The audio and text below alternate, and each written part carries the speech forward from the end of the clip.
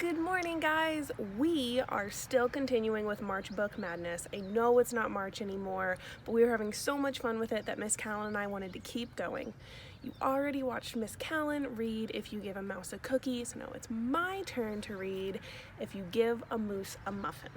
Now, I know a lot of us have read this book before, but we're going to go through it one more time so that we can answer our questions back here, our title, our characters, and our author's purpose.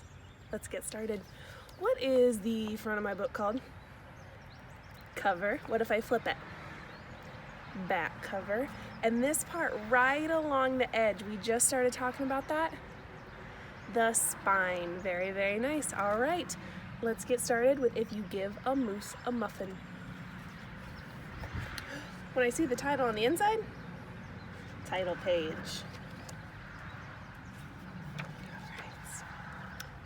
If you give a moose a muffin, he'll want some jam to go with it. So you'll bring out some of your mother's homemade blackberry jam. When he's finished eating the muffin, he'll want another and another. When they're all gone, he'll ask you to make more.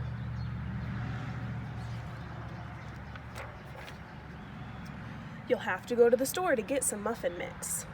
When he opens the door and feels how chilly it is, he'll ask to borrow a sweater.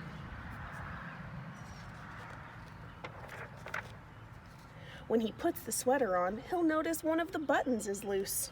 He'll ask for a needle and thread. He'll start sewing. The button will remind him of the puppets his grandmother used to make. So he'll ask for some old socks. He'll make sock puppets.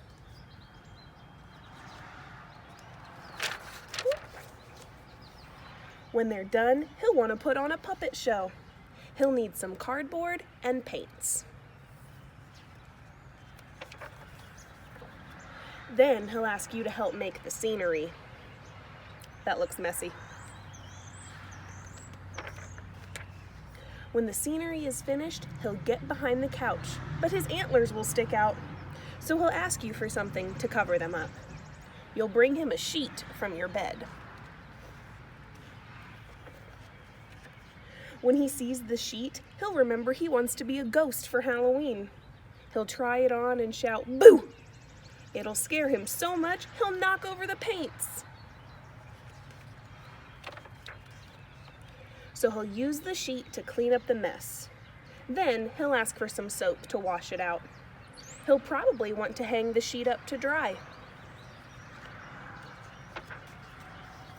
He'll go outside and put it on the clothesline. When he's out in the yard, he'll see your mother's blackberry bushes.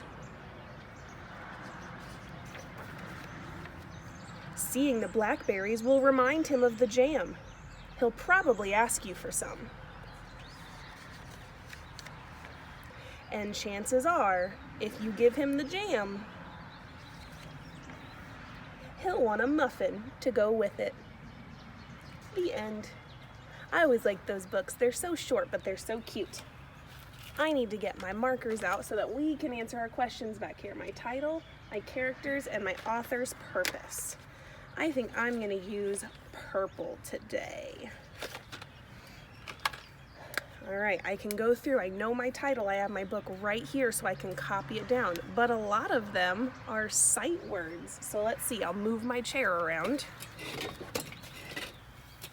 And let's get our title on there. If you give a moose a muffin. I know if, that's a sight word. But I have to remember, it's the title of the story, so they need to be capital letters.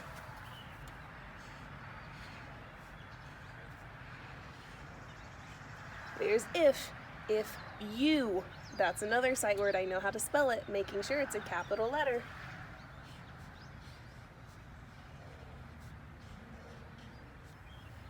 Give, I could stretch that one out, or I can copy it from the title right here on my story. I still want to make sure it's a capital letter. A, we know that. I'll go down to the next line for moose because it's kind of a long word.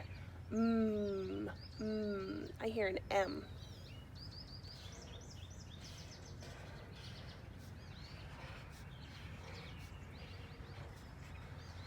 If you give a moose a, oh, we have another A, muffin. That's a long one. I'm going to stretch it out. I hear an M.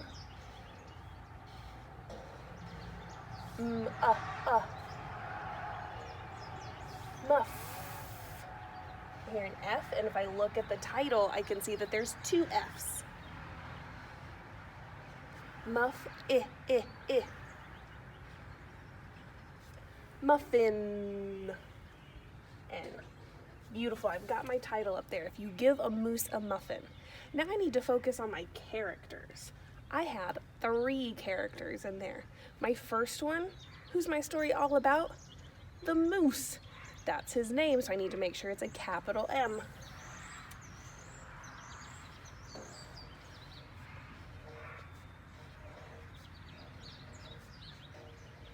I'll put a comma right there, and what's a comma mean again? Take a breath. Very nice. There was the moose. There was also the little boy.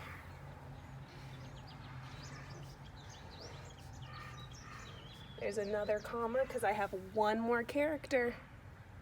Anybody know which one it was? The mom. And I know how to spell mom.